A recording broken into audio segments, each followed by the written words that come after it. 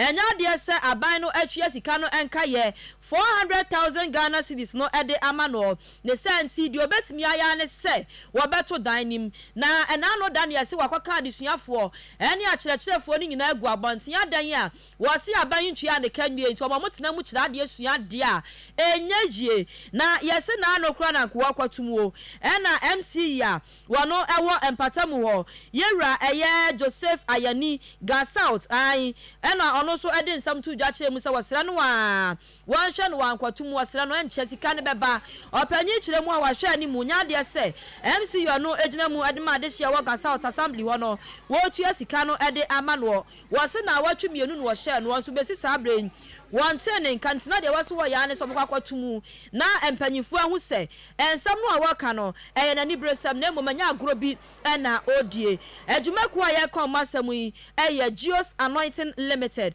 wo mo NC sa school dan no ede ma adesuafo ya wo kyerɛ mu se abade ne ka wosi school dan 2017 en wo hya ase en wo wie 2018 wo de afe pepepe NC sa ase unit classroom block no ede ma adesuafo na nso be sin ne 2024 mu ne awei sika boti akamu eye 400,000 Ghana cedis enya de se abano atua ade ama no nti kanu akamu no wo se na kafo so twe no enya asam ketu akora wo de bra Facebook wo na we no ayara ho sama sa ye efa ba bi no se aya silio se de yo menhya dan hu madam na afa ne plastic chair no ayasesa ne books agu na chi na acha se yadidi na chi a ne sa ene ya ka adesuafo ni nyina so agu abonten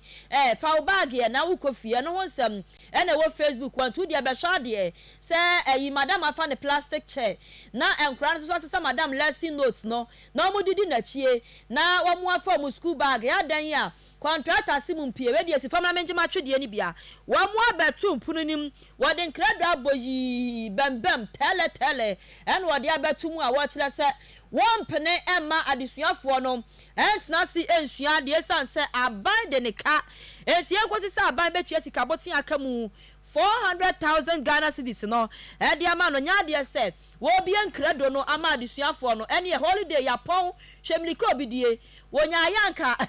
ya me school ne kro de bia nka yema holiday nka de bia yema to dan mu ebusua de bra Facebook wona behwe na nipa kasa ede masa company eye Geos Anointing Limited eye ora Christopher Newman woni Akoma news atwetwe nkomo akire mu se eni ama no economy ni nyi ho nti na amamatu sa anamowe Magdalena school was here they could sit down it's a Geos Anointing Company Limited no ya ye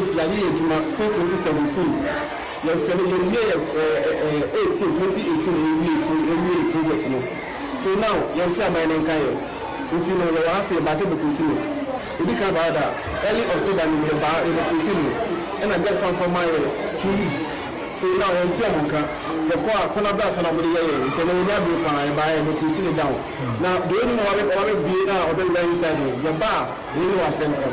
yes, you know, no, some you collect some 22 cities. And then some of them say, Echo High, and 100 and something cities. Until if you are buying couple or the account, or the kind of blue, and then you say, Jessica,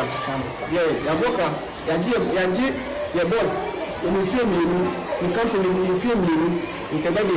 your buyer, in the pussy. Your closest school, you say school, you're closing, and your closest school. We actually say about this academy. Now, I will be classrooms school for Amakudi. Abusuafo ani anu no ora Christopher Newman na kasa edema adwumaku afre won say Geos Anointing Limited na cha somo akwoto eye Galilea basic school ni mu wo mo de nkredo aboyi bembem atele na mo de akwotum no de kwahye ato aso se wa woyefo be yawo na abekwa kwabu nkredo na ni de ene ye wo chi omo be ya mo di sisu a wonom ebetwa na ye free krempumpuni mantem